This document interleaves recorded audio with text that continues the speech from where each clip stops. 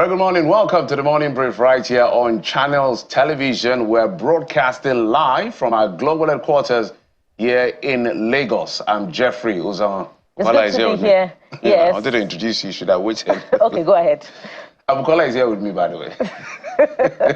Good morning, wherever you're watching us from around the globe. Welcome to your perfect morning starter right here on Channels Television. I am Bukola Koka. I missed the count for Christmas yesterday. My mathematics is very horrible, so I'm trying to do a proper count today. Today is the 13th of November, by the way, so that means we have 17 days to the end of November plus 24. So please help me, Jeffrey. How many more days to Christmas? And complete it. Just know that it's still over a month away. Your mathematics is as horrible as mine. No, I'm good. Just take it that it's over a month away. By the time we get to 24th, 25th, you can begin to do exactly what I have something with which to throw shades at you today, Jeffrey. So Jeffrey's mathematics is just as horrible as mine. No, I did well in maths. Whatever no, mind you. Whatever the case, we have about over a month to Christmas. I hope you're as excited as we are with preparations for the chicken, for the carols, and the celebration. Welcome, and we're fully prepared to bring you all of the high points on the program today as we count down to Christmas, by the way. As I was speaking to someone yesterday in Abuja, especially said, look, the Hamilton is already here with us. So, well, Hamilton has not made a landfall. That's the way they say it in America, landfall. It hasn't made a landfall, if you will. If that language is appropriate, by the way. It hasn't made a landfall right here in Lagos, Nigeria. Maybe he's still traveling, he's using night bus. He's still on his way, we don't know. But I love Christmas a lot, not because it's my birthday, it's my best month, but I just like the atmosphere because I remember when I was way younger, it was just a very joyous mood whenever it comes to Christmas, visiting uncles and aunts, as well as going to the village, seeing your cousins, seeing your, everybody. It's just beautiful. So I love Christmas. But away from the Bukola's anticipation of this year's Christmas. My favorite time of the year as well. Besides that expectation for Christmas, congratulations to Edo State. You now have a governor in charge. Monday Pueblo was sworn in, inaugurated yesterday as governor of the state, and we saw that ceremony take place himself and his deputy, Dennis Idahosa. So the power is now in their hands to be able to manage the affairs of state. So whatever it is they were complaining about, it's now time to take responsibility, because that's the thing about leadership, Bukola. You inherit liabilities and assets. At this point, nobody's going to be calling Obaseki. All you can do to Obaseki is to blame or go after him if you choose so. But right now, the people of Edo State want those roads that were not fixed, those schools that were not fixed, those hospitals that were not fixed, those rural areas that don't have water. Water is a big issue, and especially cultism. The city of Benin is notorious for cultism. And I did ask one of the people that will be, perhaps I've been working with Monday Pueblo, what exactly will be done to stem that tide? Because for those of you who live in Benin, recently there was that issue around Opa. People couldn't go out of their houses because court clashes and killings and all of that. It's just a mess. That city and that state shouldn't have such reputation, from the issue of cultism to Yahoo boys. And that is a city that has the ancient Benin kingdom. That's what we should be talking about. That's the biggest selling point, that we are the ancient Benin kingdom, the royalty that we all read about as far as Benin, and we are still witnessing today, one of the most respected institutions and traditional institutions in the country. That is what we should be talking about, not all of this. So, Monday Pueblo, the governor, Your Excellency, is now in your hands. Fix the state. And please, it's time for you to come and talk to us. We have a lot of questions. You refused. Let me be straight. You refused to talk to the press. You say it was your strategy. Maybe you work for you, now you're governor, but now you don't have a choice. You have to come and talk to the press. And let's find out exactly what you're doing. Because have you noticed that some governors have never spoken to the press? Well, I know that River State governor has spoken just once. I'm not talking about reporters keeping mic or he's talking on stage. I mean, engaging one-on-one. I think he just once I've seen River State governor. I do not think I have seen Sheriff or Borowore of Delta State. I don't think I've seen him doing any one-on-one interview. I may be wrong. With the press. Yes, I mean one-on-one with any media house. We could go on and on. So I don't know where we got to, where we can no longer talk to these gentlemen who are the servants of the people. It is totally unacceptable. But as I always said, the president led the pack. Former President Muhammadu Buhari, his first term, he tried to do media engagement. By his second term, he was not too around. I think he did one with Sheung and Maokwe, I think his second term. Our current president, we don't know whether for the next 4 years he's going to talk to us or not. We don't know. And you know, Jeffrey, I recall what former Speaker of the House of Representatives said just days ago about, you know, systems of government. And he advocated for a system of government where it would be the people that are elected that would rather be in fear of the people and not the other way around, where the people who elect the elected live in fear of those that they elect into office. And, you know, that is quite instructive. You've spoken about Mr. President. We don't know what his style will be, but we recall during the administration of former President Goodluck Jonathan, a constant engagement with the press. And, you know, it's in the spirit of accountability and the values of democracy, where civil liberties and the civic space are healthy for constructive engagement between the elected and the appointed. You were talking about Edo State. I also want to congratulate the people of Edo on the swearing in of a new governor, Monday Okpevolo. And it was significant that, you know, he also said that he would look into that crisis from 2019 where 7 members of the State Assembly were not sworn in. We recall that dispute over the control, 14. I think it's about 14. Over the control of the State Assembly, where 14 members were denied swearing in because of, you know, of the falling out between the former governor and the governor at that time. Well, is this a sign of what is to come? Are we seeing, you know, besides this, a probe of the administration, of the past administration, and a look into the accounts book of the past administration? Whatever it is, governance must, you know, continue and be focused. As Jeffrey has said, all those other things that the APC government complained about, let's see this government looking into them and ensuring, you know, dividends of democracy get to the people of Edo State. We didn't hear enough about the Gele seaport and how, you know, the former governor was an MOU governor. This is your call now, Governor Okpevolo. Let's see an industrialization of Edo State as well. And, you know, trust us here at Channels Television. We'll be doing a good work of taking a close look at the developmental strides in Edo State. Absolutely. At the end of the day, in calling out, before we tell you what we're doing today, we have a couple of things we're doing today, calling out of people that don't talk to the press. INEC does not talk to the press. The last time we had INEC talk to the press was when Festus Okoye was the Commissioner for Voter Education. National Commissioner for Voter Education. A lot of people don't even know who is the National Commissioner for Voter Education in INEC. INEC, sir, I'm calling you out now. I don't know why you're avoiding the press, but INEC has not been speaking to the press as well.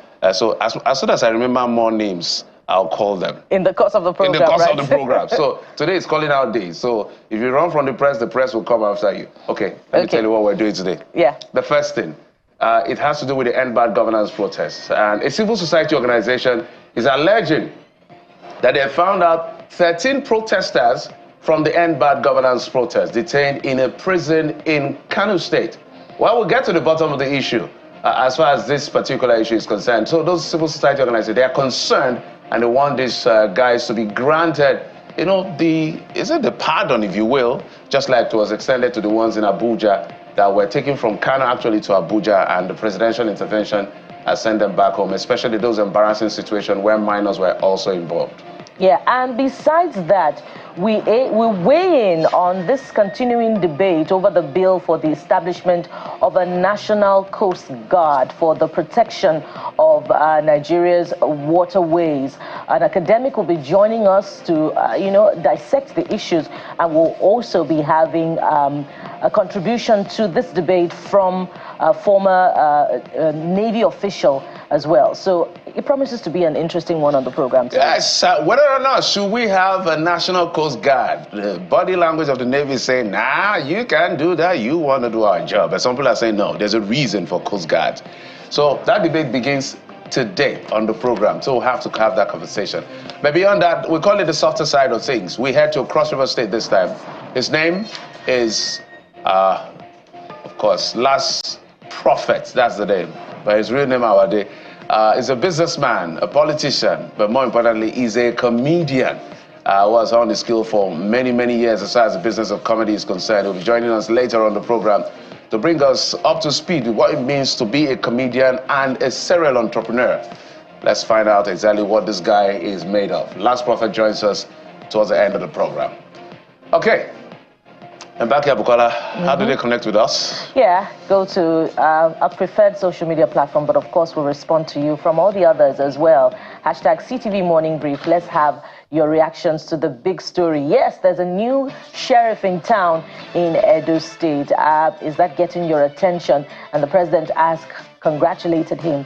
Plus all the other events taking place across the country. Let's have your thoughts, which we'll be reviewing after this time out. But first, it will be the top stories on the Morning Brief. Stay with us. We'll be right back.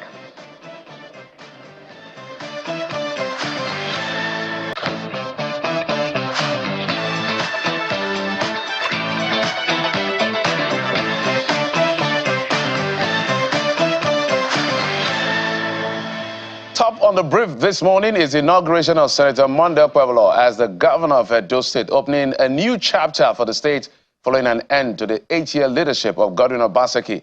Governor Pueblo took his oath of office alongside his deputy, Dennis Idahosa, at the Samuel Ogbemudia Stadium in Benin City, the state capital. Governor Pueblo appreciated the people of Edo State for their support in his emergence as governor and railed out his plans for the people and made policy pronouncements on certain issues of public interest.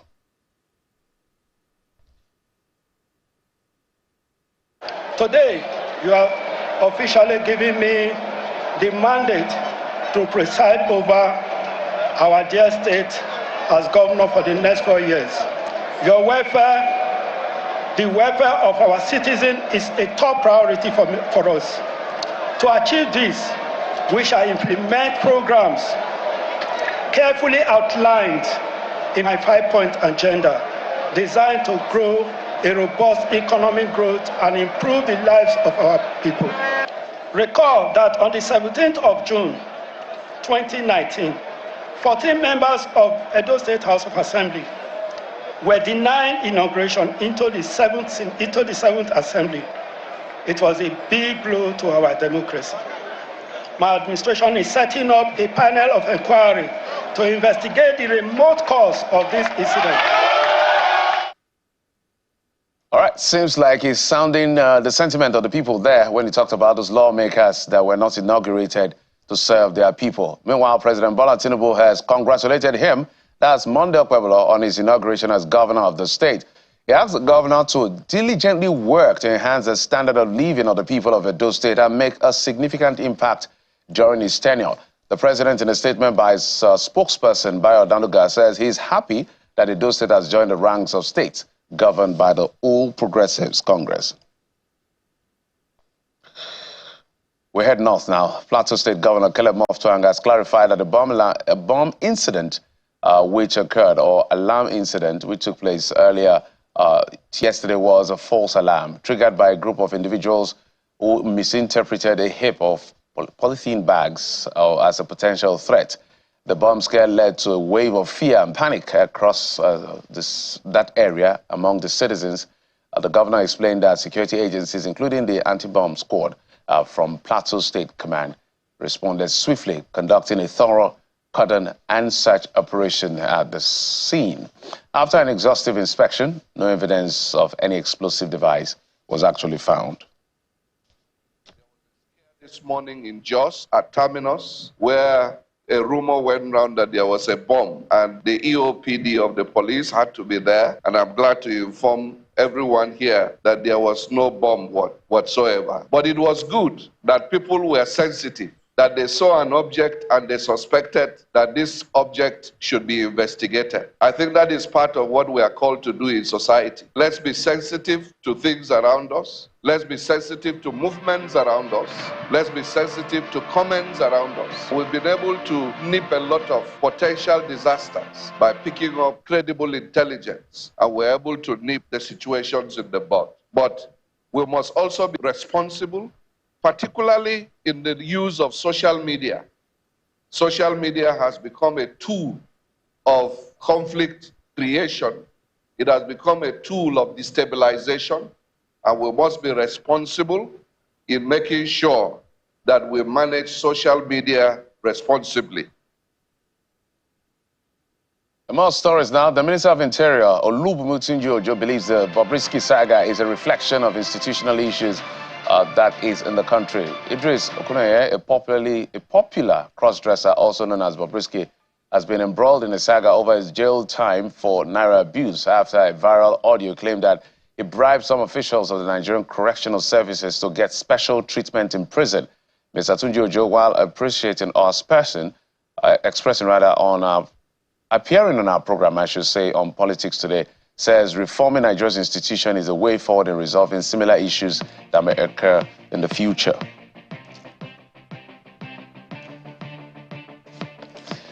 In business news, the African Export-Import Bank has approved a $200 million corporate finance facility to support the expansion of Boa Industries Limited. The first tranche of $150 million was disbursed on October 16, 2024, according to a statement by the Afrexim Bank. Commenting on the development, the chairman of Boa Industries Limited, Alhaji Abdul Rabiu, says it represents a significant milestone in Boa's commitment to advancing Nigeria's manufacturing, infrastructure, and energy sector for both local consumption and as export as well. On international scene, 35 people have been killed and 43 wounded after a car plowed into a crowd in the southern Chinese city of Wuhan. Local police said the victims were exercising at the Zhuhai Sports Center when the suspect rammed a car into them. In the world of sports, tennis world number one, Yannick Sinner will take on the fourth-ranked Daniel Medvedev at the NATO ATP Tour Finals. Sinner earned a hard-fought victory against him. That's about 6-4, 6-4 victory against America's Taylor Fritz, while Medvedev defeated Alexander Milon 6-2, 6-4 in a keenly contested game.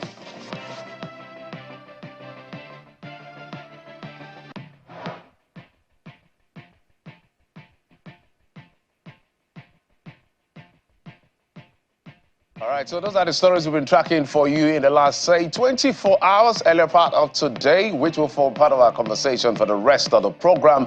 And as it is, we will be talking about what you had saying. Bukola joins me now as we'll bring you up to speed with what you've been saying on X since yesterday to this morning. Bukola?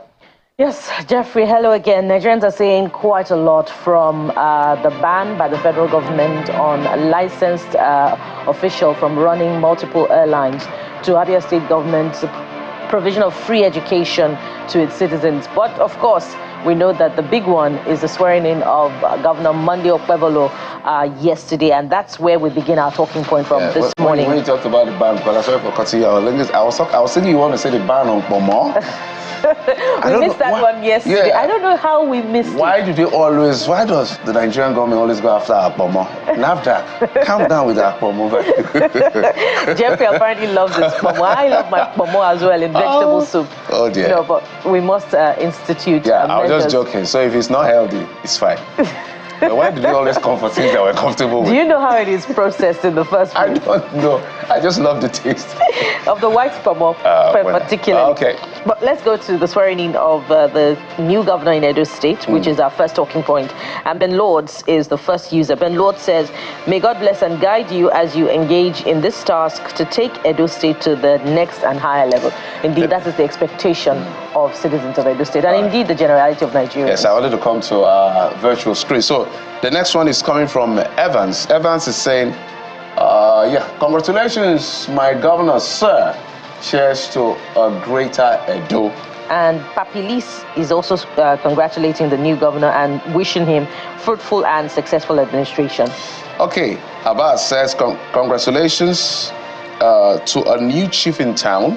May we all witness a working Edo State for transparency, accountability, transformative changes, infrastructural growth in the state. And off to another talking point, Jeffrey. This one is an interesting one. It's coming from the Group Managing Director, CEO of the NNPCL, Mr. Mele Kyari, who says, "We have stopped importing refined petroleum From when exactly? There's so many questions in this space, Jeffrey, and I know you have tons of them. But Bird Eye is the first user, and he has quite a lot to say. Bird Eye says, it's encouraging to hear that NNPCL has ended fuel importation and is now sourcing from the Dangote refinery. I beg, make this shift potentially reduce cost and improve supply reliability. However, given past experiences and the dynamic nature of Nigeria's fuel market, it's valid to question the longevity of this policy. Will NNPCL stick to this approach, or might there be a return to imports if domestic production faces challenges? And we remember that, you know, some association of marketers had taken Dangote refinery to court, is it Dangote now or the NMDPRA for issuing license or vice versa. Yeah. So there's a debate over the propriety of importation because we now have a domestic refinery here at home. All right, so the whole idea, I guess, is to get to that energy security. So that's why we don't just need Dangote, we need a couple of other refineries to work. So let's get to the next person. I think this is Mustafa saying, one of the results we're expecting to see from this development is price dropping. So that is actually what concerns Nigerians. Whatever Dangote, Ipman, Dapman, Norman, Petran, whatever you're doing, Nigerians are not really interested. How the prices of this will come down is how it bothers all of us. Bukola, you have the next one. Emeka Charles is the next person, and he says, have you started production? I mean, is any of the 3 refineries in Nigeria fully functioning now? I'm not talking about the Dangote refinery. I'm talking about Nigerian refineries in the country. And indeed, you know, the functionality of those refineries is a huge factor in pushing down the prices of petroleum products in the country. But of course, there are other questions in that space. If indeed those refineries are not going to work, we need questions, because we're promised a September delivery date, which we've since passed, and so many other questions as well. Will we exit importation if those refineries begin to work? Of course, there's been an announcement now that we've exited importation, but how long that will last, we do not know. Well, fridges. As far as our Port Harcourt refinery is concerned, forget about it for now. I'm not going to say beyond that. And then to this guy, what they are getting is from local refineries as well as Dangote refinery. Supreme Clerk says, why is NNPCL Limited still in the middle of petroleum supply if Dangote refinery can handle the local demand? I think we've passed that. And he said, if the aim is self-sufficiency, wouldn't direct market distribution benefit also with lower prices and efficiency? I think they've struck that deal now with Ipman. And Shola says agreement has been made. They've all agreed on the right cutbacks. Monopoly is bad for the economy. This solution is good, but it should be temporary. We need other refineries in the country. And other countries are gearing up to lift petrol also from Dangote refinery. Yeah. So does Dangote refinery have enough for domestic consumption and for exportation as well? We cannot depend on Dangote refinery alone in the long term, maybe in the short term, but now so that we avoid a situation of monopoly. If it's only Dangote refinery that will be producing at that level, then we are back to that issue. We can't call it energy security anymore. Because if anything happens to that refinery, which we're very grateful for, then we're all But then again, NNPCL says it has stopped importation. Don't forget. For now, they are buying from the ones that are available. The refinery, whether it's modular or what do you call it now? Dangote refinery. But for proper energy security, we need to have at least 2 more. And this is the reason that the refineries must work. The Port Harcourt refinery, Kaduna refinery, Warri refinery. We can't say it enough. Leave that. The federal government of Nigeria has banned pilots and licensed flight crew members from operating multiple airlines. So that is coming from, for those who fly, and their captains, and I think hostesses, I guess that's what they mean. The Mastodon said it's a good development if at all the will be achieved. It will give room to employment. Okay, not quite clear.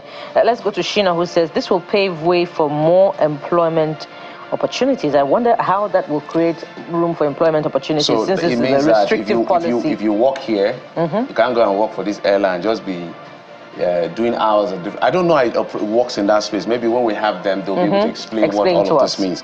But perhaps my understanding is that if you work in a place, stick to your place. Don't be taking 2 hours here, 3 hours here, 2 weeks here. I guess that's what they mean. Johnson says, side hustle pilots they do to double their hustle. Economy is not smiling at all. Please don't ban them. I guess that he understands it the way I understand it. And this next talking point is about the Abia State government announcing free and compulsory education to all children in the state, irrespective of their state of origin. Wow, that's very nice. It has to be clear up to which level. I believe secondary level. Perhaps. Maybe not a tertiary level. But Bird Eye also speaks again on this one. He says, great move by Abia State to ensure education is accessible to all children. However, it's crucial to consider if the current infrastructure can support this initiative. Many community schools in the state require urgent renovation to provide a conducive learning environment. All right, Unbiased Opinion says this is fantastic news. Free and compulsory education for all children is a huge step towards a brighter future. Every child deserves a chance to learn and grow regardless of their background. And Danilo said, great steps, sir. Now we just have to upgrade the level of quality education the kids receive.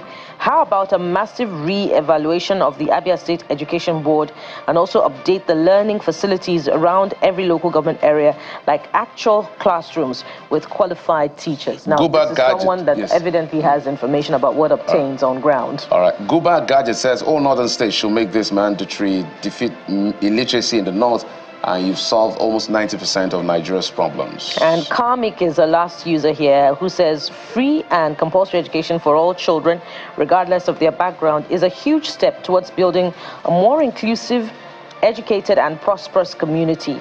This commitment to equal access can truly uplift future generations and strengthen the state as a whole. But what exactly is on ground and in terms of infrastructure, welfare, training, remuneration of teachers? Those are all the elements. Those are big questions that contribute. But just before we leave this segment, Bukola, my favorite part again, sports, football. The Super Eagles of Nigeria, our boys have landed Cote d'Ivoire, we understand, against that, ahead of that match against Benin Republic. So we have, just to show you, yes, the men, Bukola, on the street, we call it the men them. These are the men them. Through second, you know, high-fiving, I don't know what that is.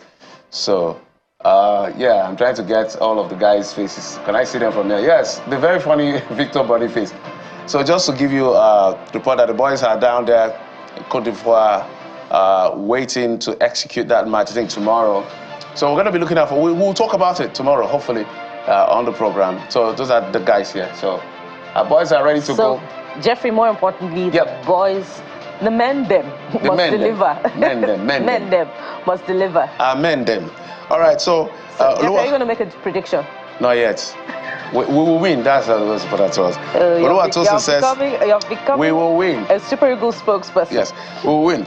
Good spirits from the boys. After what happened in Libya, they all still came early to camp. God bless them and keep them injury-free. Amen to that. And Naya is the next user, and they say, exciting times for the Super Eagles as they gather for their next challenge in Abidjan. Zahid says Super Eagles are ready to shine. Let's go, boys. And Stargirl says, with this squad, true, other African countries suppose they fear us. Amen to that as well. You know, that's how we roll, like egg roll. That's funny too. All right, so those are the stories we've been tracking on X. We will get to our very first conversation that has to do with this report from a civil society organization saying they found 13 EndBadGovernance protesters in a Kano prison. And they are appealing to the state government through the Attorney General of the state to invoke Section 211 of the Constitution and get them out, just like the president did for those children and those gentlemen that were arrested and taken to Abuja. That's our very first conversation. Join us again.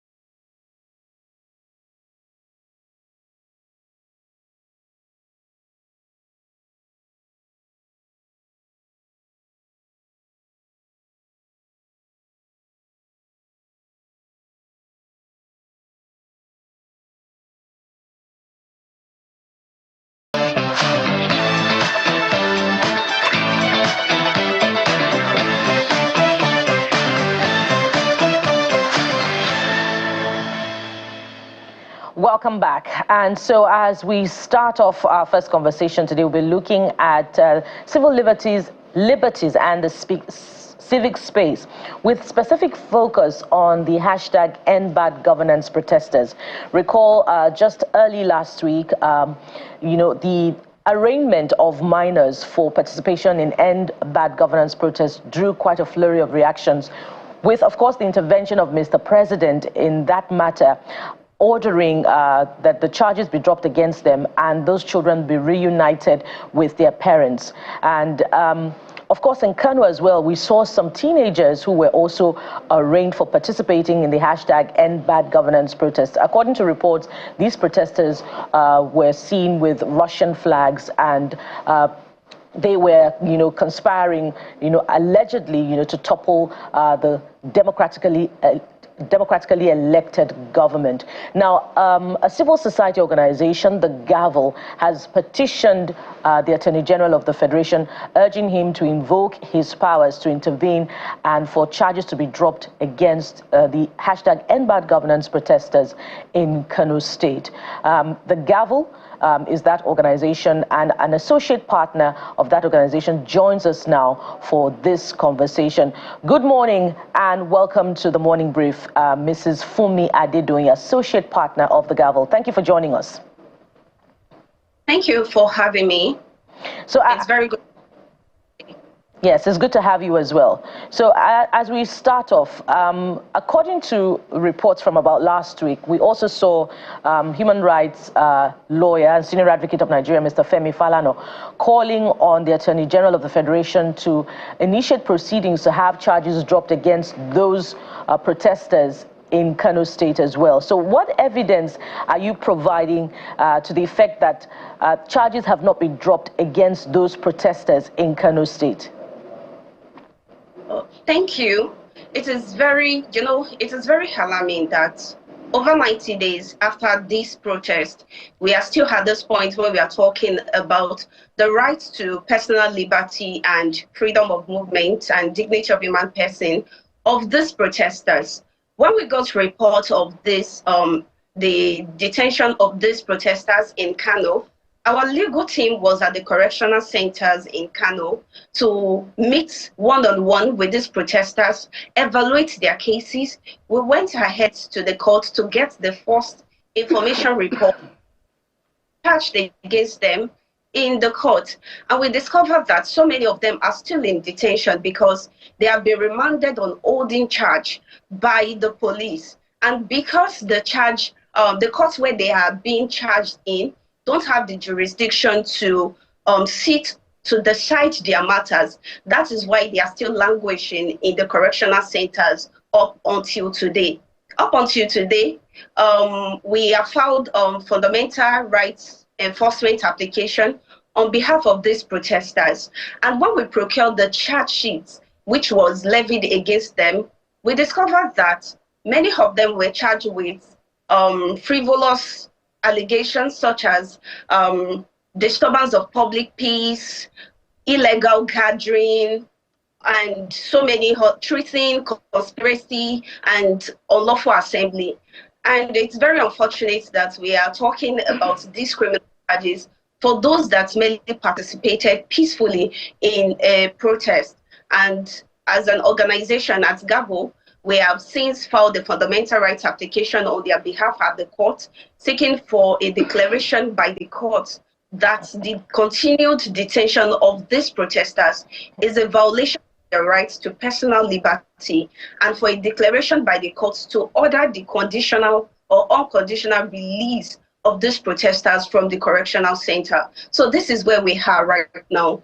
And also, we have also written to the Attorney General of Kano State for him to invoke and exercise his statutory power to issue a nolle prosequi, just like we did in Abuja for the case of the minors that were arraigned at the Federal High Court. Gavin wrote to the Attorney General of the Federation, and which led his intervention, also led to dropping the charges against the minors and the defendants in that case.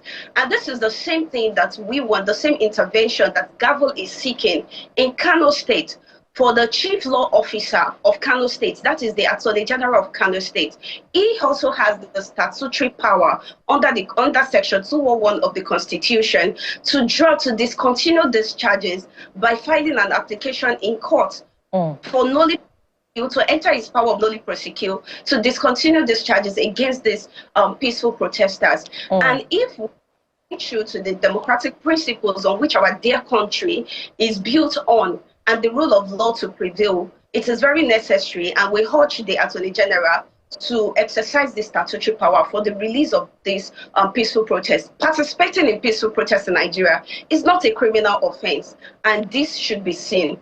Thank you. Thank you for providing that, that's setting out to help us understand what exactly is happening. The Attorney General of the Federation had been clear that the law enables the institution to try minors, but that the president only intervened in their case on compassionate grounds. Now, granted that the protesters arraigned in Abuja, the federal capital, were minors, but those arraigned in Kano State didn't appear to be particularly minors. They looked more like teens. Now, has your association weighed their own case on its merit and looked into the allegations leveled against them and been able to ascertain their innocence? Because some of the allegations cannot just be, waived.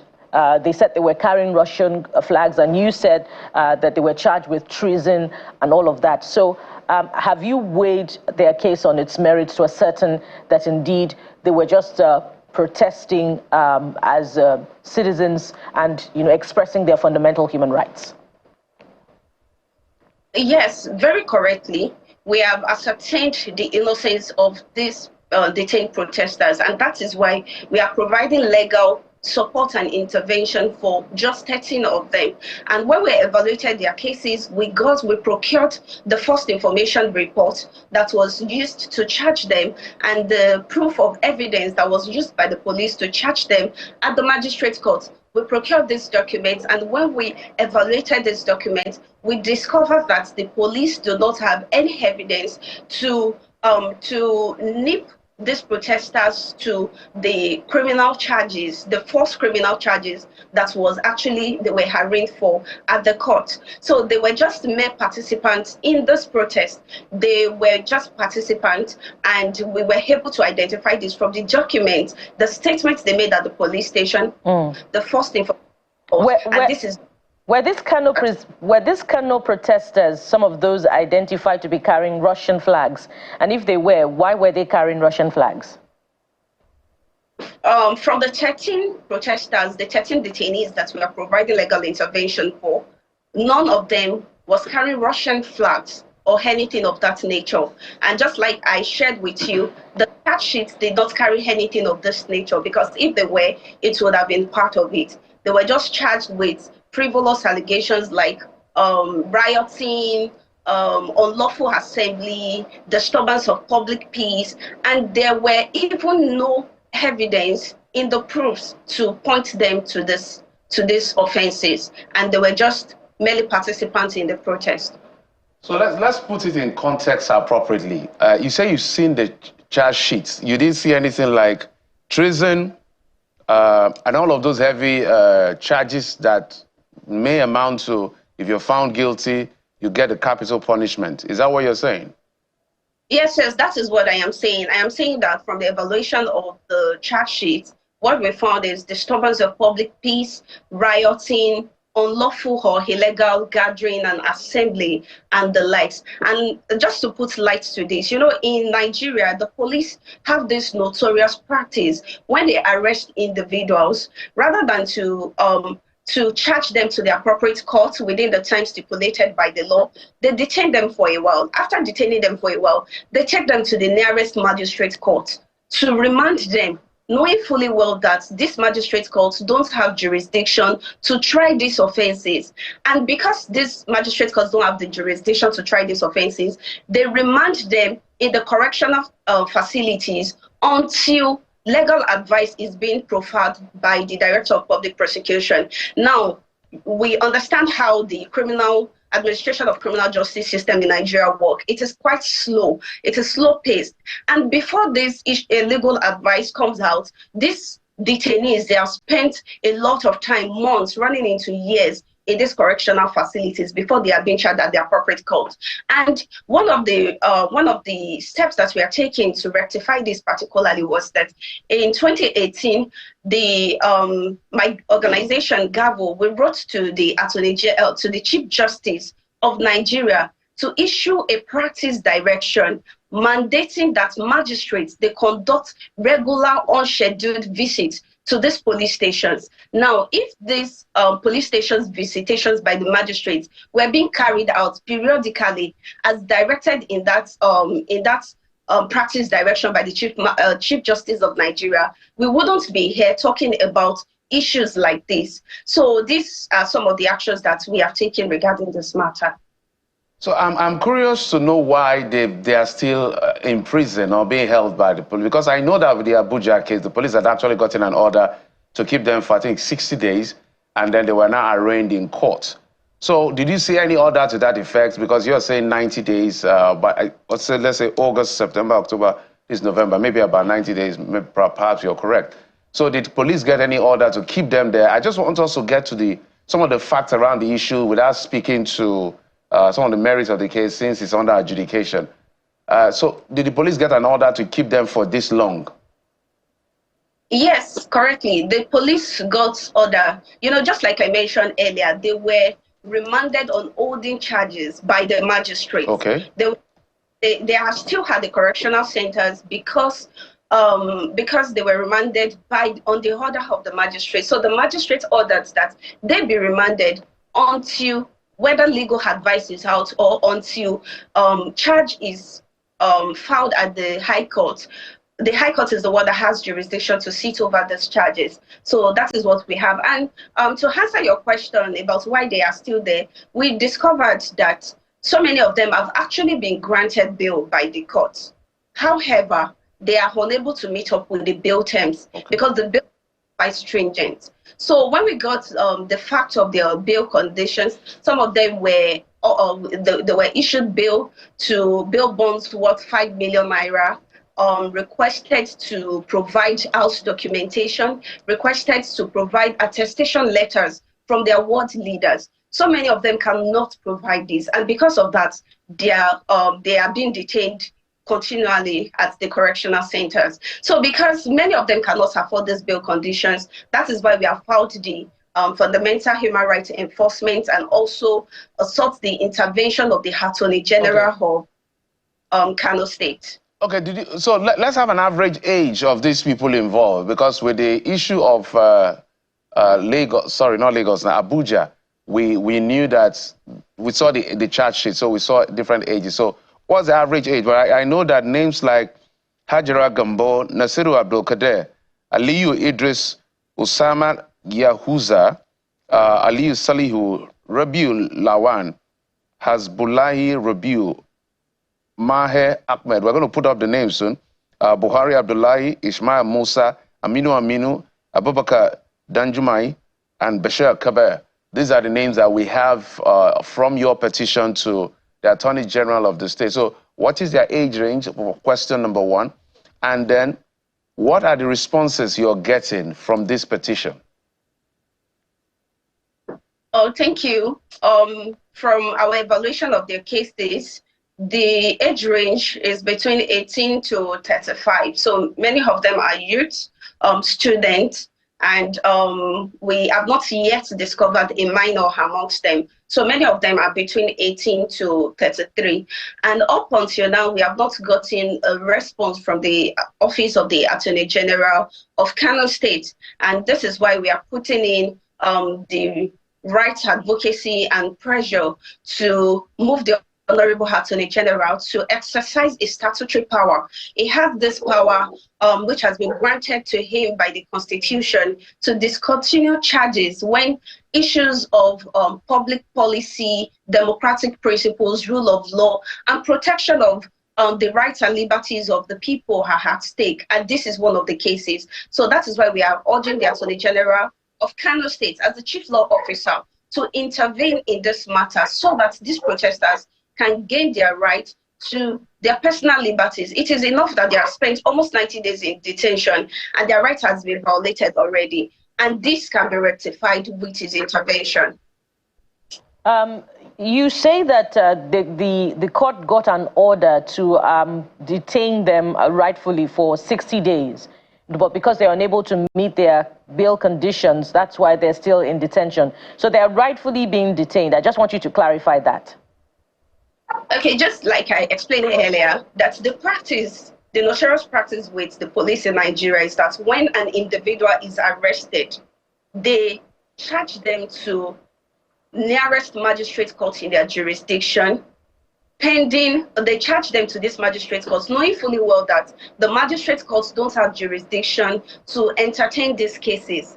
The magistrate court cannot prosecute these cases, and because of that, the magistrates remand them at the correctional centers until the appropriate court that has jurisdiction is able to take over these cases, which can take months and even years. So that is the reason why so many of them are there, because of this notorious practice of the police in the first place of inordinate arrest, criminal detention of innocent citizens, and this is how they have found themselves in the correctional centers up until now.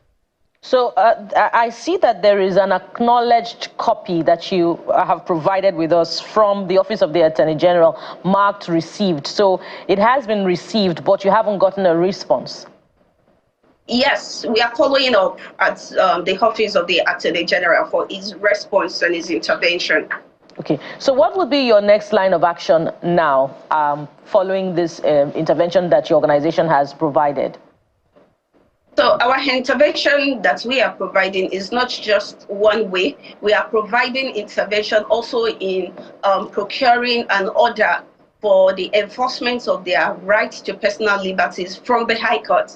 I mentioned that we have filed the enforcement, we have filed an application at the High Court for the enforcement of their fundamental rights, and also an application for the court to order the conditional or unconditional release of these protesters. We have adduced evidence and exhibit in support of our application, which has been filed at the courts already.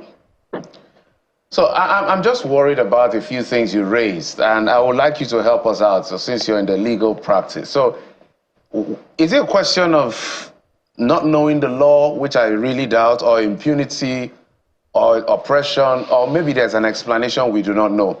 If the police knows that the magistrate court doesn't have jurisdiction, why then do they take them to those courts? All of the above, I would say. This is where we have found ourselves, as Nigerians. This has come to be a very common practice with the police, whether it's an issue of not understanding the correct legal processes, and that's why as an organization too, we are also pushing that police prosecutors should be lawyers, should be people who understand the law and legal processes. Many of these police officers don't even understand the jurisdiction of courts and which court actually has jurisdiction. I think it is just very easy for them, and it has become a matter of no mercy for them to just, file all forms of charges at the magistrate's court, knowing fully well that this would mean that the courts will not be able to sit over these matters, and the individuals will be detained at the correctional centers pending the time that the appropriate people to sit on these matters. So without trying to take sides with the police, I'm imagining that I'm a judge and you bring a case to me and I don't have jurisdiction. You as a lawyer, what is the judge meant to do at that point? Because the judge is sitting, he didn't ask you to bring the case, you brought the case to the judge, but by law, the judge, I'm sure, understands that I don't have jurisdiction here. But somehow granted them to be remanded. Is that tenable in law, or what is going on from the end of the bench? Because we're just looking at all elements. Because of what you stated, the issue of human rights and protecting human rights at the end of the day, which our country is governed by the rule of law. And this issue of jurisdiction has been a thorn in the flesh in our judicial practice, because it's really funny sometimes when we see these things at the end of the day. Yes, exactly.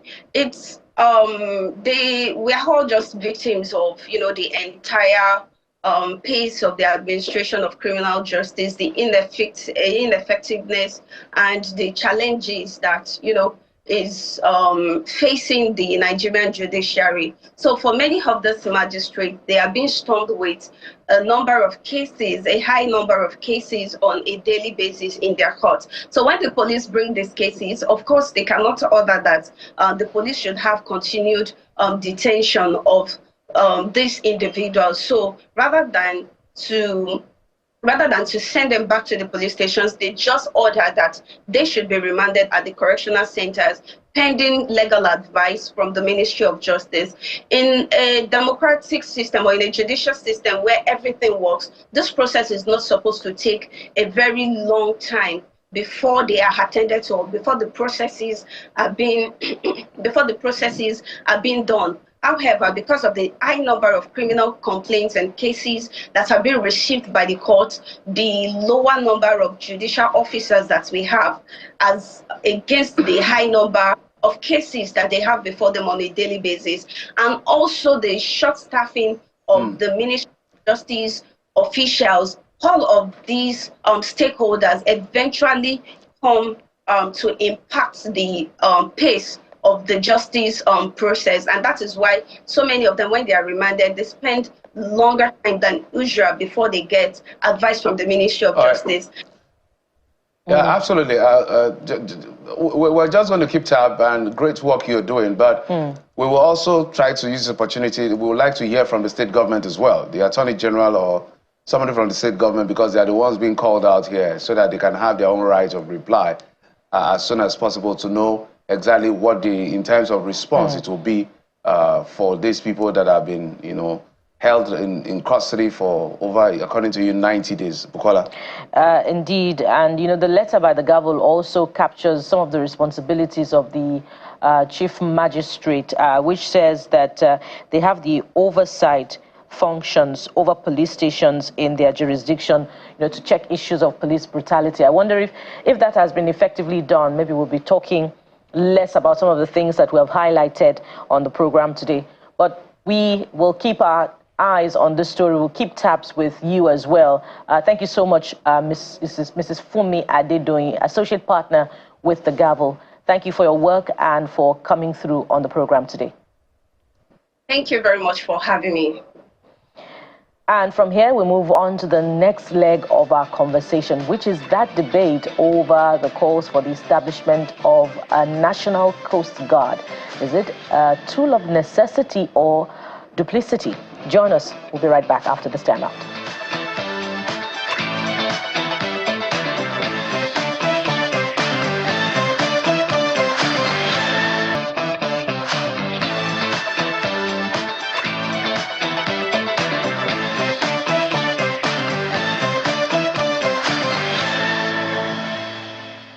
Welcome back. It's now time to talk about this very, what do you call it, controversial issue of Nigeria Coast Guard bill. It's not it's not the first time this bill has been proposed, and time and again we see this bill coming up, and we have debate over whether it's necessary or not, whether it's just duplicating the role of the Navy. The Navy apparently most of the time opposes this to say, look, we're already doing the work. Why get a Coast Guard? But the people who are pushing for this said, we need to complement your work. This is more like the security arm of whatever it is you're doing and all of that. So it's a debate that has been ongoing, and it is actually at the National Assembly, and that has generated a lot of talking points. So we're joined in the program by two gentlemen who are for and against this bill. We're first joined right here in our Lagos studio by Professor Alfred Oniye. He's a Dean of Faculty, City University, Cambodia and West Africa, and also an anti-piracy and security head at the Trident Group America Incorporated. Thank you for coming on the program. Thank you, my brother. We also have Rear Admiral Christian Ezekobe, is retired, a former Chief of Policy and Plans of the Nigerian Army. Rear Admiral, thank you so much for coming on the program.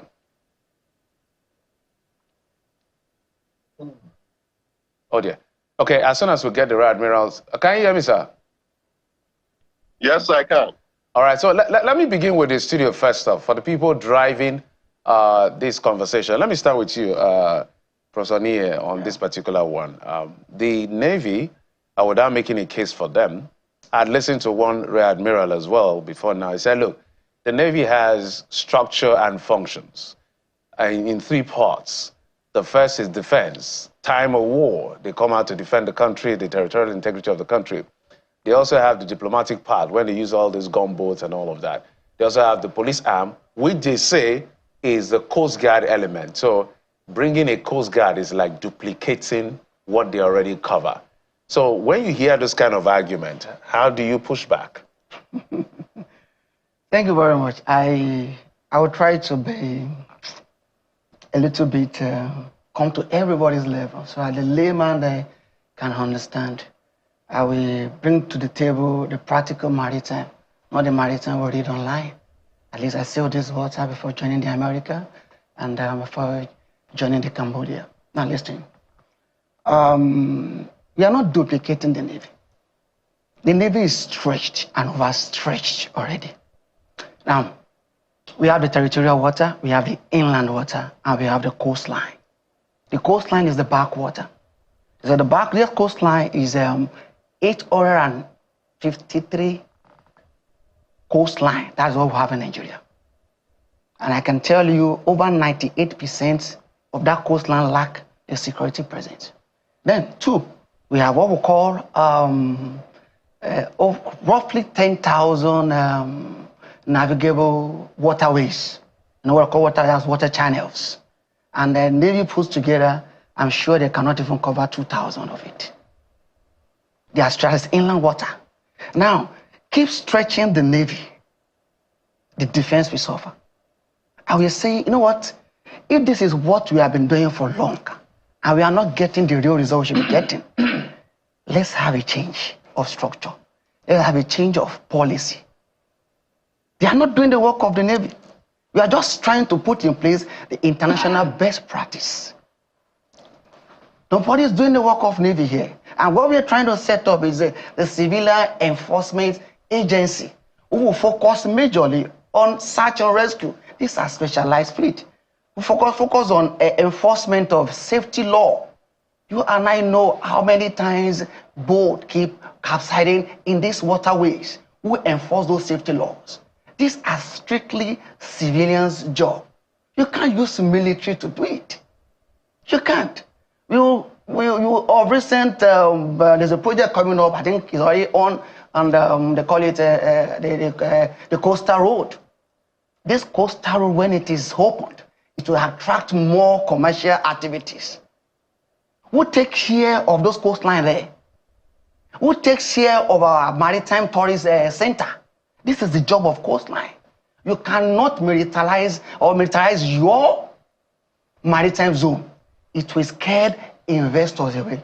And one of the things the investors keep hammering on outside is say, you know what? Go and put your house in order. We want to be sure that our investment is safe at your backwater. And this is the main reason why the ministry is coming up to say, you know what? I think it's time for us to have this Coast Guard. See, if the same policy we have been applying for years is not giving us the appropriate result we want, there's room for change. Yeah, I'm going to come to the Rear Admiral to respond to some of the things you have said. Yeah. But just to piggyback on what you said, the little one we have had with Tantita and the Navy, you know how things play out. So there's also the question of cohesion and coordination at the end of the day. It cannot be. Let me put it this way. When we talk about maritime, we are talking about what happened at sea and what happened around the sea. We are still discussing what happened on the sea. We've not even mentioned what happened under the sea. We've not even mentioned what happened above the sea. There are so many discoveries coming out when it comes to academic research paper. Now the question is, there can be a collusion and there can be a duplication of services, because the Navy will focus on the territory, focus on the territorial sea, which is the defense. And what is their job? To protect Nigeria from external aggression, both on the sea, above the sea, and under the sea.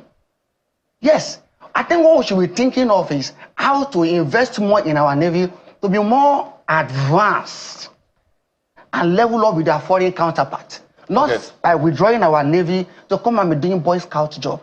To me, that is... Well, the Navy man will respond to this. Rear Admiral, maybe this is the time for you to weigh in on why the Navy is not comfortable with this idea. We've been on this for a long time. This is not a new conversation. Thank you very much, Jeffrey, for having me on your show. Good morning, Nigerians.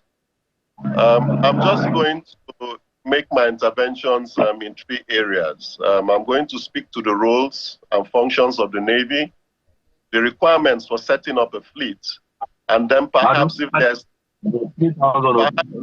there's time, I'd like to talk about the bill itself. So in talking about the roles and functions of the Navy,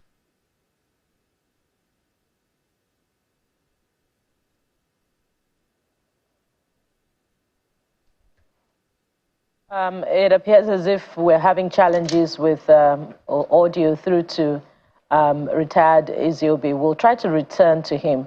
But as we come back to the studio now, while we wait for that to be rectified, Professor Nie, I saw how you speak with passion about the need for this. And, you know, the Navy has been vigorously opposed to this, and you know there's also been that talk that this is not new, that we've been at this since 1970, and in fact during the Constitutional Conference this was stamped down as needless, you know, and particularly with reports that Nigeria is trying to cut down on government's wage bill, because if this is established, it will add to you know, government's expenditure.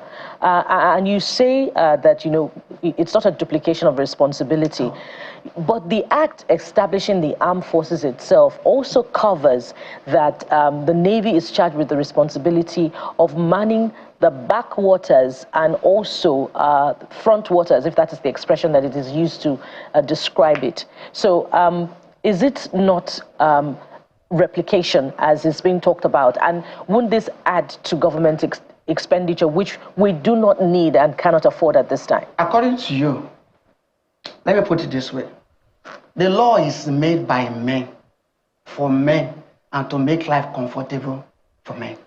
If the same law is not making life comfortable for you, you have a right to amend the same law. You see, for the fact that this is how we have been doing it doesn't make it right if nobody is talking. And the truth is, we have been following the same channel for how many years, and we are not getting the same result. We're not getting a result. 10,000 navigable channels. Even Navy, in their 60 years of existence, they could not even cover 500. So what happened at our defense? I'm still talking about the inland water. I'm not even talking about the coastline. There are some places you will get to around our coastline. You will ask yourself, do we really have NEMASA, NPA, NIWA, or is there any ministry called Ministry of Marine and Blue Economy? In fact, you will ask yourself, is this place part of Nigeria? And is it the backwater has turned to the harbors for criminals? When these guys finish at sea, they come back to the backwater, and those communities are where they hide. So the Navy is stretched already. We need more of their presence at the defense. But even if the Navy is stretched, the NPA has its own domain awareness system. NEMASA has its own maritime domain awareness. Even Customs has created its own. And we hear reports that the NSCDC now has its own maritime service. So shouldn't these institutions be strengthened to collaborate with the Navy to man the backwaters that you're talking about, rather than create an entirely new institution that comes with more responsibilities? They are not trained for that. Coast Guard is a special force on its own. You cannot do what you are not trained for. For example, I'm a trained and certified search and rescue expert. And one of the things I understand about search and rescue is when you are not trained for it, you are not trained for it. You can't know it. Are you saying that the Navy is not trained for search and rescue? It is not their job. This is not a military job. It's a strictly civilian enforcement job. We'll come back to you. We have a lot of questions to piggyback from what you're saying. Let's go back to the Rear Admiral. Rear Admiral, I know you have a lot to say, so let's give you the floor now. Okay, thank you, Jeffrey, and good morning, Nigerians. I was saying that I would make my intervention in 3 areas: the roles and functions of the Navy, what it requires to establish a fleet, and perhaps, if there's time, go into the bill itself. I like to say that there are categories of navies. You have blue water navies, you have green water navies, and brown water navies. What that tells you by extension is that some navies are global, like the US Navy, that prepositions itself across the world, in all the oceans of the world, the Indian Ocean, and so on and so forth. For such a navy, yes, a coast guard is of a necessity to police the home waters for them. But for other countries, come back to the continent, South Africa, we have a navy only. There's no coast guard. This is for economy of effort and utilization of funds for optimal purposes. The acquisition of platforms is a very cost-intensive endeavor. So you need to be wary about what you say. I hear discussions around the Navy being overstretched, and all that. That's not correct. The Navy is not overstretched. Rather, what we need are the required platforms and infrastructure to work optimally in the maritime space that is available to us. So it will be a duplication for us to have a Coast Guard coming at this time that we are looking for more platforms. We are looking for offshore patrol vessels. A vessel of that nature costs between about $90 million to $150 million. Why do we need another agency to come to that space and begin to contest for funds that are ill available to us in our national history at this time? These are the issues. Because when you say a Coast Guard, yes, if there is an unlimited source of funding available to the country, why not? But we are talking about a country that is in its dearest times in terms of economic strength. So we need to be circumspect about what we want to do. And then I hear this issue of us being around for about 60 years. Yes, we've been around in 68 years. What have we done in 68 years? We have developed dockyards and repair facilities. Because when you have a maritime platform, you must have dockyards and repair facilities to cater for these platforms. Otherwise, they'll go to waste. In fact, several platforms have been acquired by NIMASA that have been run down. These are factual, facts. You also need forward operating bases. Most of our bases are 50 to 60 nautical miles in the hinterland.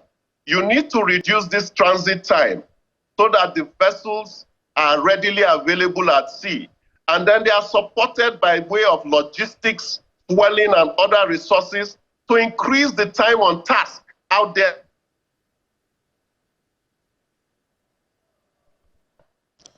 Oh dear. So many questions to follow up with retired General is Zeobe, and some of which I hope he'll be back in the short term rather than the long term. Some of which would be his Rear Admiral, his response to what Professor Eniye is saying, that over the 60 years of existence of the Nigerian Navy, why has it been unable to cover even 500 nautical miles of the expansive coastline that we have? And in addition to that, from this end, there's a lot of concern about the huge quantum of crude oil theft that is ongoing under the watch, supposedly, of the Nigerian Navy. Why has it been unable to rein in on that and help to shore up Nigeria's revenue from crude oil? And there's also that concern about, thousands of, vessels on the territorial waters of the country that are unmanned. So, Rear Admiral, if you're back, those are the concerns that we want you to respond to. I hope you got that. We hear that he's back. I got you from the time you spoke about crude oil theft. Yes. So, Bukola, please, and this is for Nigerians to note. In some climes, in most climes where there is a vibrant oil industry, the pipelines are controlled by the Ministry of Transport. Why are they controlled by the Ministry of Transport? You produce a commodity. You move it from point A to point B. You are not worried about the security of this commodity. You don't even know when there's a breach in the flow of the commodity that you're pumping. So that's one error. The second error is that when you begin to look at the quantum of oil theft that we talk about, and I've said this in several fora, NNPC needs to come clean to the table. It needs to come and tell us who and what are the measures put in place at the lifting points where these super tankers pick up our products. Because if you look at the total quantity of crude that is being banded, as being stolen, it's marginal. The real theft occurs out there at sea by way of topping. And these are the issues we may discuss at some other time, because we pay lip service to the security of that one product that makes our nation great. So please, we have done our best in that space.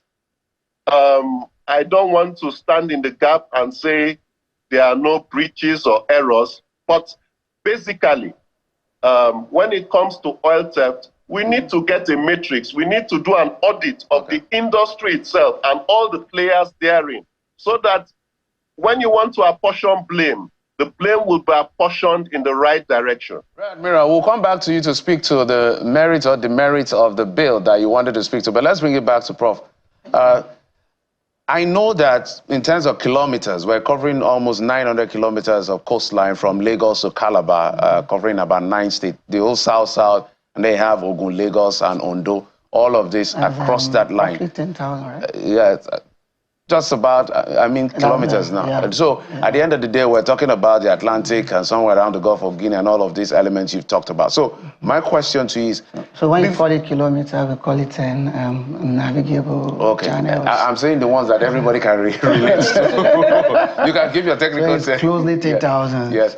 So at the end of the day, where I'm going to with this is, part of the reason why you have to make a case, because the Rear Admiral has made a case, we have made a case as to the issue of paucity of funds to now begin to set up institutions. And what are the losses, quantifiable, verifiable, empirical data you have in terms of losses that we've recorded for not having a Coast Guard that necessitates getting a Coast Guard? Have you done that research yourself? I didn't want to shift blame on this interview, because if some of us has to talk, we will shake the table. We saw this water back to back. Okay? And the Rear Admiral know what he's saying, he know what he's talking about. We know what leave this country, we know what leave this country almost every day. We don't want to talk about it. If the Old Testament is not faulty, there won't be room for New Testament. And I told you, I'm not going to be talking about the maritime you read online. We're practical here.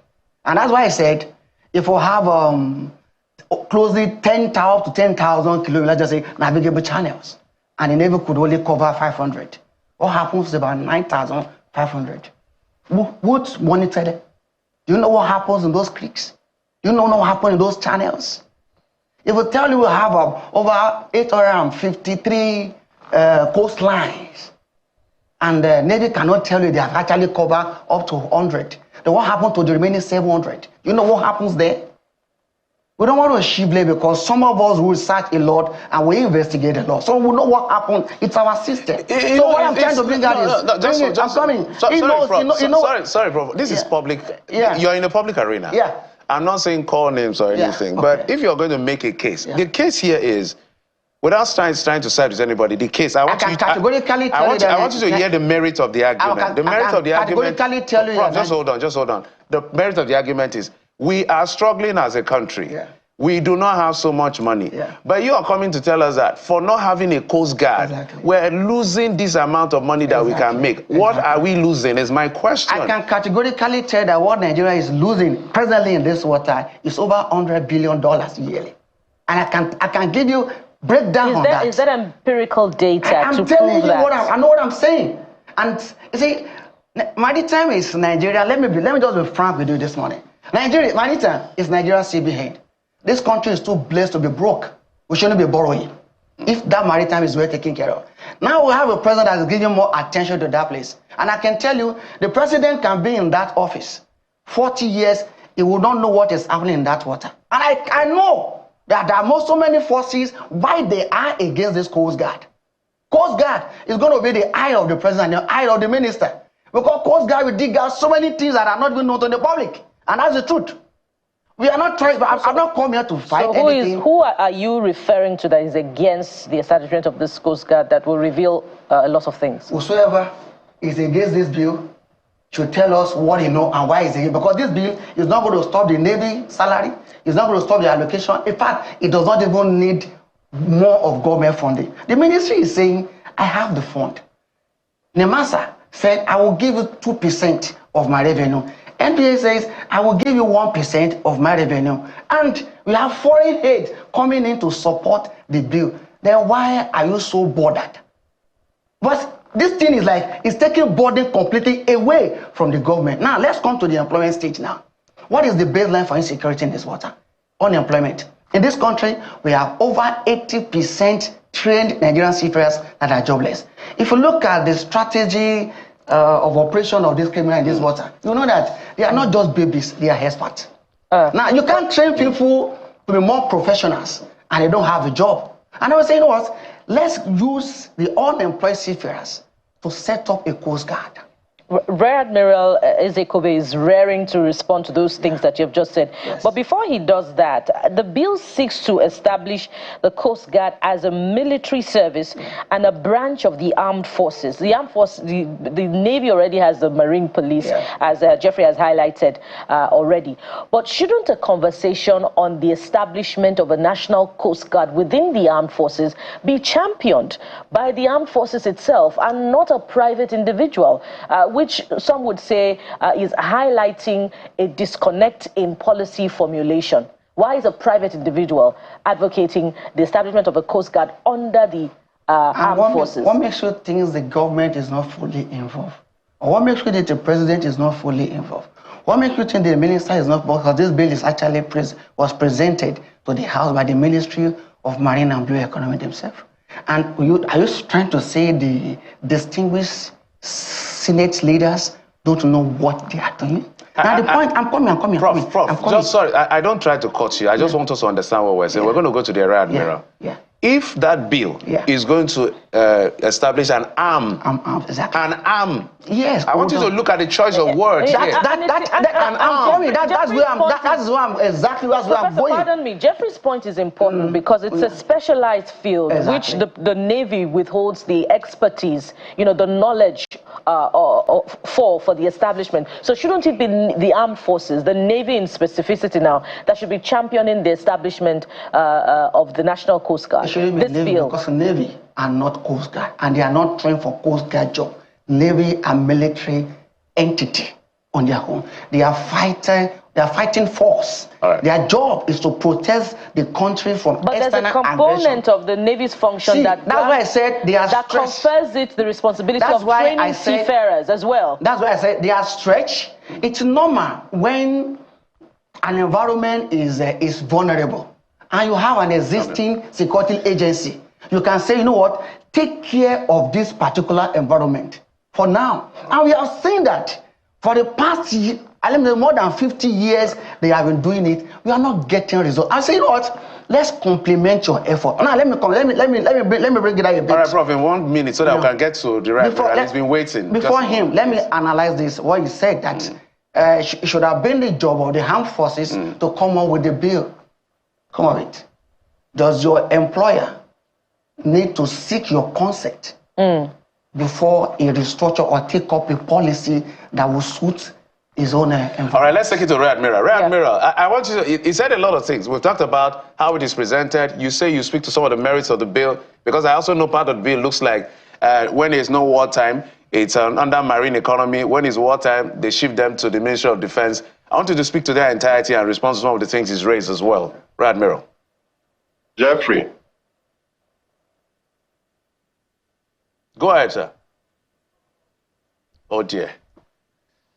Oh, dear. Okay, we hope that you will return very soon, just like the last time. But land on some of the things that you were saying. The point is, I think it's back. Okay, it's back now. Please go ahead. Please just give me some time. We really want to give the Rear Admiral some time. That's the truth. I want to give him like 3-4 minutes to land on all of his thoughts, because you've raised a lot of issues that he's been waiting and itching to respond to. Rear Admiral, if you're back, please go ahead. We're having network connections, connection issues with you. Even if we, for all intents and purposes, were to establish a Coast Guard, it is not going to come to fruition in the next perhaps 6, 7, 8, 9, 10 years. Because you are going to look at platform acquisitions. You are going to look at bases. You are going to look at infrastructure. You are going to look at personnel training. You are going to look at a host of ancillary issues, which are cost dependent and time dependent. So anybody who is even talking about a Coast Guard is not going to come through in this administration, neither is it going to come through in the next administration. I think this is something we must get straight. Now, going to the bill itself, for want of a better word, I want to say not good. That's the summary of the bill. The bill proposes to place this Coast Guard under a board. It, intends to put it under the Ministry of Marine and Blue Economy, and in some sweep, perhaps under the Ministry of Defense. So even the location of the ministry is an issue. The other issues arising from the bill are, like your guest mentioned, the funding. When you say 2% of NIMASA funds, what is 2% of NIMASA funds? When you say 1% of MPA funds, what is 1% of MPA funds? Are the funds not supposed to go to the Treasury single account? What we know as funding any agency in this country is appropriation by the National Assembly. But if you go through that bill, it mentions gifts, grants, aids, and so on. So it's a recipe for financial misappropriation in the beginning. There are other issues of the bill. It has a board that has about 22 members. It speaks to about 5 or 6 ministers being on that board or their representatives, and then a retired naval officer chairing the board. I wonder how a retired naval officer is going to chair a board where the sitting CNS is with about 6 ministers. I think the bill in its construction and entirety is a poor job. I think that's the summary of what one needs to say about the bill. There are other issues of the bill that have to do with the functions and the responsibilities of the Marshal Commandant, which are very poorly spelled out. Sometimes he seems to be like a figurehead who has no direct responsibility. There are issues where we're talking about the board, where a board member is absent, and then it says you go to the Coast Guard to nominate an officer to represent that member of the board that is absent, akin to having a police service commission. When a member is absent, you go to the police and nominate a police officer to come and sit on the board. So it is a bill that was poorly crafted and put together. It needs to be rejigged, and in my own mind, totally unnecessary. It's something that should, be shredded and put away. I wish that we were all having a copy of the bill and we could go through it page by page so that I point out the nitty-gritties and the errors. The rank structure of the Coast Guard is completely the same with that of the Navy. So from the onset, you are putting a recipe for conflict and confusion. Why should that be? The Orasanyan report is clear. There's no need for duplication of functions. In that bill, the Coast Guard seeks to do the job of the Navy, the Customs, perhaps the Immigration, NOSDRA, the Maritime Academy, ORON, the current National Hydrographic Agency. It's just running all over the place. This is not good for our history. We need to be a more organized society at this point in our nation's history. The president, I give him kudos for creating this ministry. But I believe this was not the intent of Mr. President. Because if you take away oil and gas and you take away fisheries, every other thing in that space is left for the marine and blue economy. It's just for everybody to put on their thinking caps, map out a robust strategic plan that will get us the required dividends of the creation of this ministry, not to go and create a coast guard from nowhere. I think this is going to drain our national funds, stifle the funds that are coming to the Navy as it were today, and it is totally unnecessary. I mean, I speak as a Nigerian, and I want to say that everybody in Nigeria can be a patriot. All you need to do is to have the strength of character, the sincerity of purpose, and the necessary competence to execute what you want to do. And that is lacking in this bill.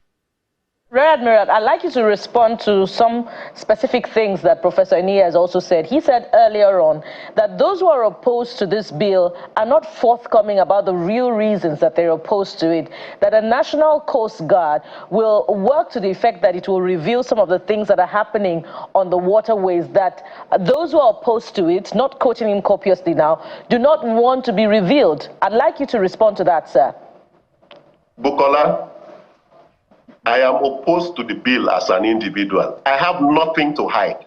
And I've served this country in a capacity as a senior naval officer, as an officer for 33 years. In those 33 years, I've never been found wanting. I have commanded the forward operations base in Escravos. And I know that we were in the trenches fighting Tompolo and all those who are currently claiming to be Tantita. So let's not go there. If you go there, we will just be talking in circles. The Navy is an established entity by the Constitution of this country. If you are trying to run it down, please look for a more creative way to run down the Navy. There is nothing that is shrouded in secrecy. The Navy is very transparent. Where we err ourselves, we bring in our in-house mechanism to discipline our own. And that has happened variously. So if there's something else, your guest in the studio should please say it. We're on national TV. There's nothing to hide. The country is ours. All right, we have just 1 minute. So just if you can wrap it up in 1 minute in response. Basically, so we wrap all up he has raised has been taken care of. I don't want to believe you walk onto perfection overnight. All the mistakes you point out from that bill, I've gone through it myself, and I want to believe there can always be an adjustment. I don't want to exchange over him, but the fact is the financial aspect of this agency has been taken care of. And it will not stop Navy allocation. It will reduce the Navy funding. So my point is, Coast Guard is a necessity to complement the Navy and to beef up the security of our inland water, to enforce the maritime regulations, search and rescue, safety regulation, and the marine pollution. Well, that's all we need. I'm happy. This is going to be an interesting debate, and for the record, this is not the first time. Exactly. So it keeps coming out time and again. Professor Alfred Oniye, Dean of Faculty, City University, Cambodia and West Africa, also anti-piracy and security head of Trident Group America Incorporated, joining us from our Lagos studio. Also, Rear Admiral Christian Ezekobe, retired, served the Navy for 33 years. I'm happy you gave us that information. I didn't know that before. Thank you for your service, by the way, sir. Former Chief for Policy and Plans of the Nigerian Navy. Thank you, sir, for coming on the program. All right, thank you, gentlemen. Thank you. Okay, we'll take a quick break. When we come back, the softer side of things, we'll get to the guy who is blazing the trail in Calabar is a comedian. Last Prophet is his name. He joins us after this break. Join us again.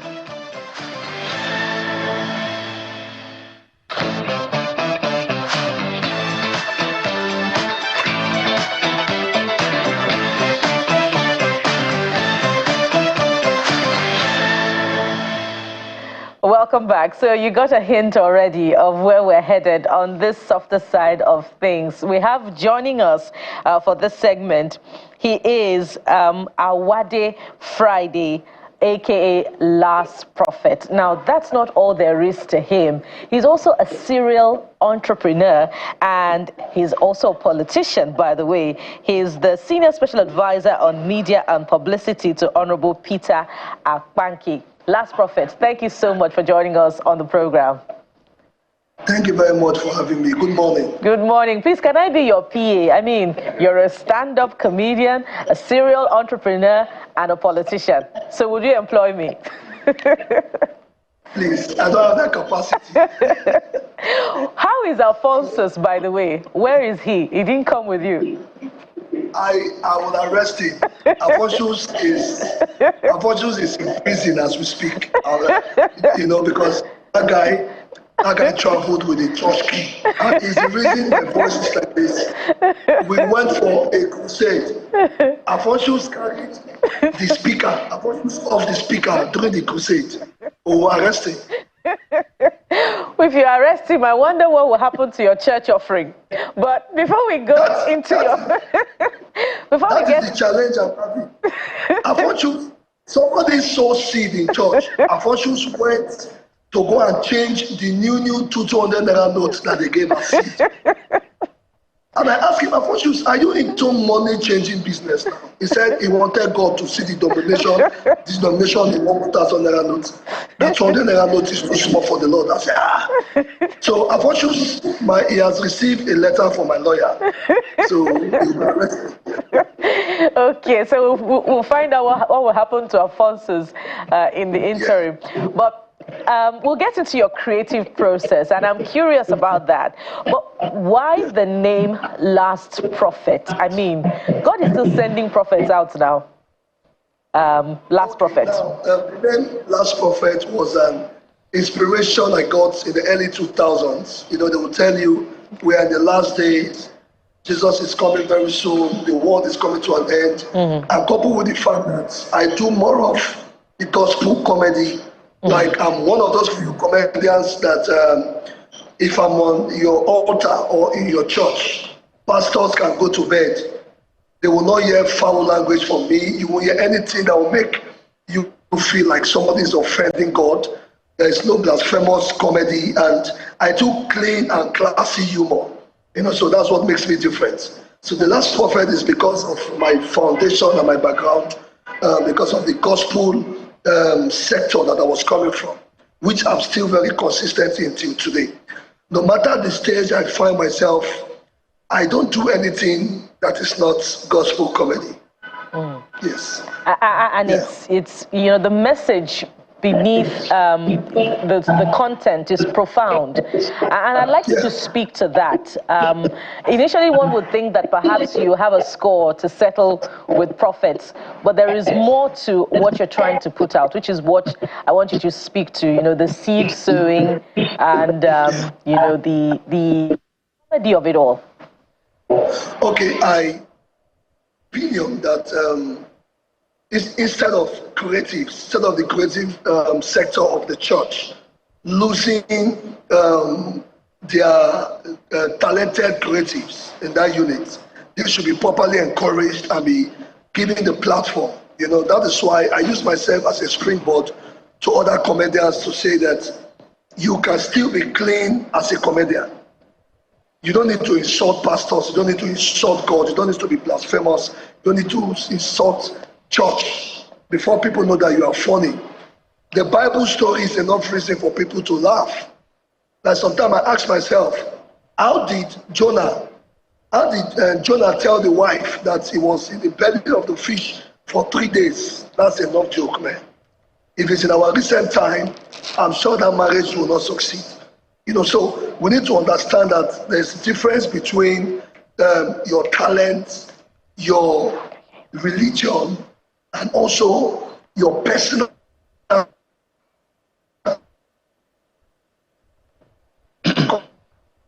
Oh dear. But great message coming through from Last Prophet about the propriety of comedy. Comedy can still be clean. Comedy can still be broadcast worthy, and still pass out profound messages as well. I guess Last Prophet is back now.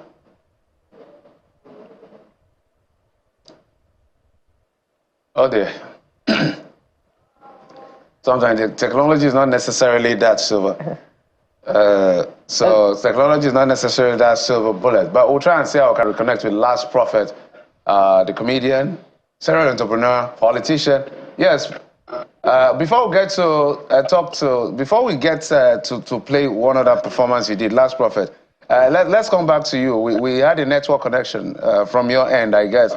Maybe people want to see what your eyes looks like if it's not too much to ask. Prophet. Absolutely. Okay.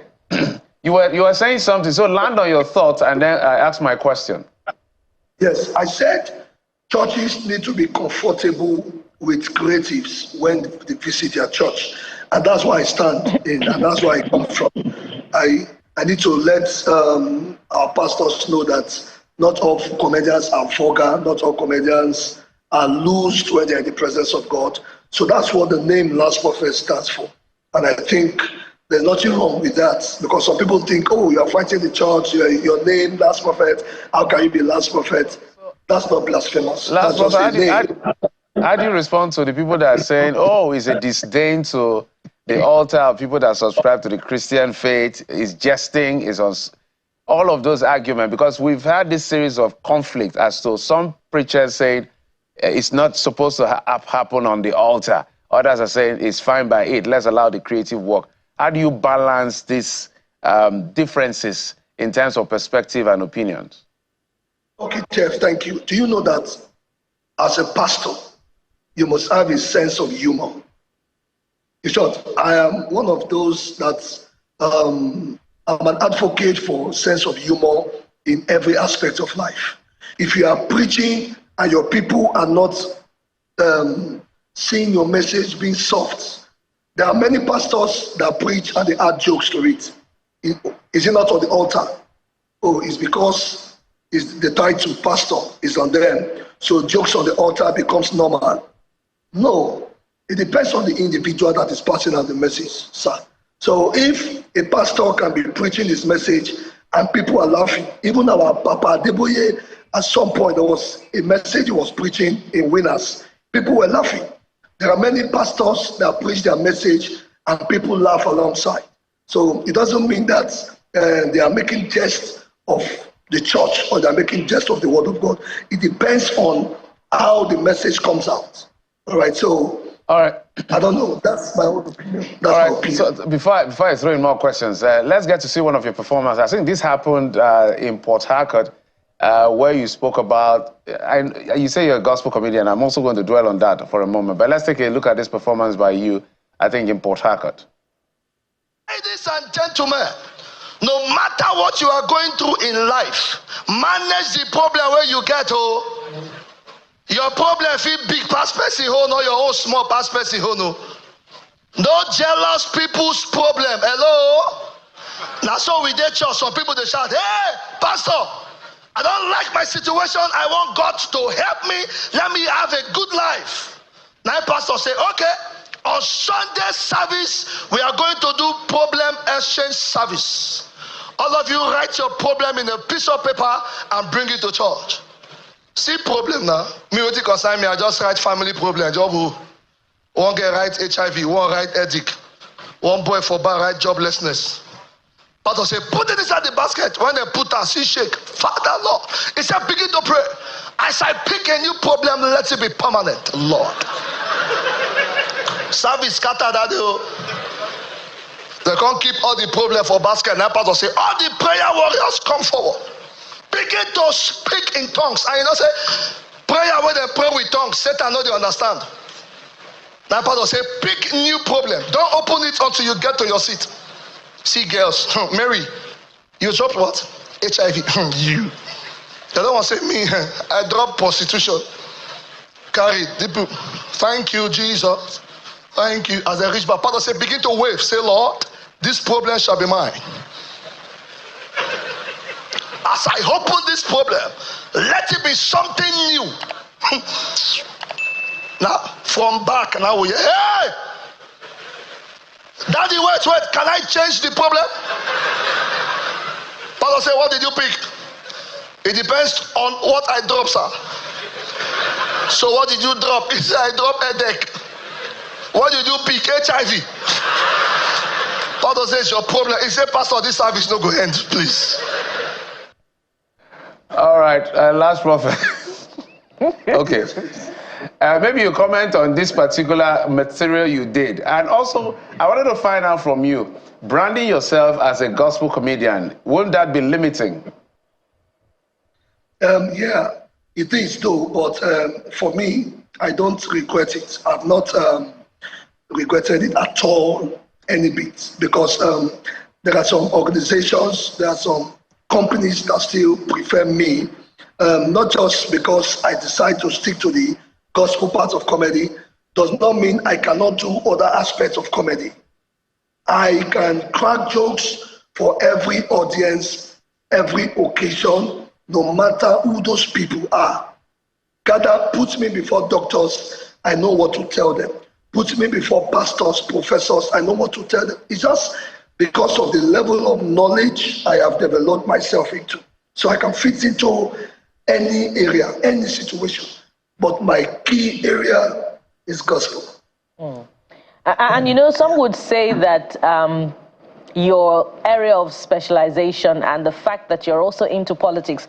As a matter of fact, your CV says you contested for Cross River State House of Assembly in 2019 and in 2023. So some would say that, you know, gospel, the faith and politics do not mix, particularly because of the murky waters of Nigerian politics. But you've recorded some successes in that area, currently serving as a special assistant to an honorable.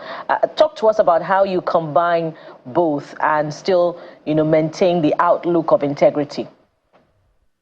Okay, you know, sometimes people send that message and say comedy or politics is for dirty people.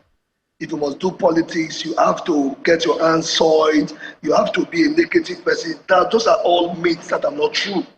You know, the Bible said that when the righteous is on the throne, the people rejoice. If all the righteous people take themselves out of politics, who is going to come into politics? All right, so for me, the challenge is even mixing the entertainment industry and politics. That should be the challenge. You know, as I speak to you today, I officially resigned from PDP today. Officially resigned from PDP, you know, because I have somewhere I'm looking up to, I'm going up next, you know. So the concern should be the personality of this person. What does he intend to achieve as a creative going into the political sector? I tell people I am not a professional politician. I'm only a professional who is interested in politics. And I brought my wealth of knowledge and experience from the entertainment industry of over 15 years into the into the political sector. And they are seeing the results. You know, so I've always been impactful anywhere I find myself. And in addition to that, you've also been able to create an ecosystem in your home state, Cross River, with, you know, some of the entrepreneurial schemes that you've put in place besides your comedy. But, you know, Jeffrey asked this question of our guest yesterday, and I'm asking same of you. How is it that, you know, you have not eyed, you know, the commercial nerve center as, you know, the ideal place, the entrepot for your comedy enterprise to thrive, but you're finding space in, you know, somewhere far off, where some would say the jobs are not necessarily there? Yeah. You know, I believe that no matter where you find yourself, money will find you. If you have what it takes for people to look for you, they will look for you. From Calabar, I go to Lagos, I go to Abuja, I go to Port Harcourt, I go to Ghana. You know, there is virtually no state in Nigeria I've not gone to do comedy or MC weddings or MC one event or one concert or the other. So it doesn't matter where you find yourself. I believe so. I believe that no matter how interior you are in location, with the right products and the right contacts, you can go to anywhere in the world. If we all go to Lagos, who will be in Calabar, who will be in Warri, who will be in Port Harcourt, who will be in Asaba, who will be in Ibadan, So Lagos should be decentralized. It is the hub of African entertainment, but from our individual locations, we can still make it work. In Calabar, I've trained over 15 comedians plus. Janaode was once on your station, was once a guest on your station. He was one of my products. I trained him. He lived with me for 3 years before he left Calabar. And, so I do talent hunts that have discovered so many comedians. And if I see a good comedian, I can tell this person is good because I'm funny. I'm funny. All right. It's difficult for me to be cracking jokes everywhere. All right. I tell people there is no need being funny if it's not bringing money. All right. So we're totally out of time. One regards to Alphonsus. Thank him for us on our behalf for aiding your very, very wonderful comedy content. Thank you. Thank you so much. I appreciate it. Thank you, Channels TV. Thank you, Jeff. Thank you. All right. That's our offering for today, that's Jeffrey. our offering for today. And we hope you had a good time. We're going to be back tomorrow. Super Eagles will be playing against Benin Republic. But also, President-elect Trump is going to be meeting with Biden. He's making some appointment. Are you aware that Elon Musk, as well as Vivek, they have appointments in the government of Donald Trump? So, little wonder. Top on the hour, we're going to bring you Sunrise Daily. Thank you for watching. I'm Jeffrey. Bye-bye. And Channels TV will be covering all those stories for you. So stay with us through the day, and always, I am Bukola Koka.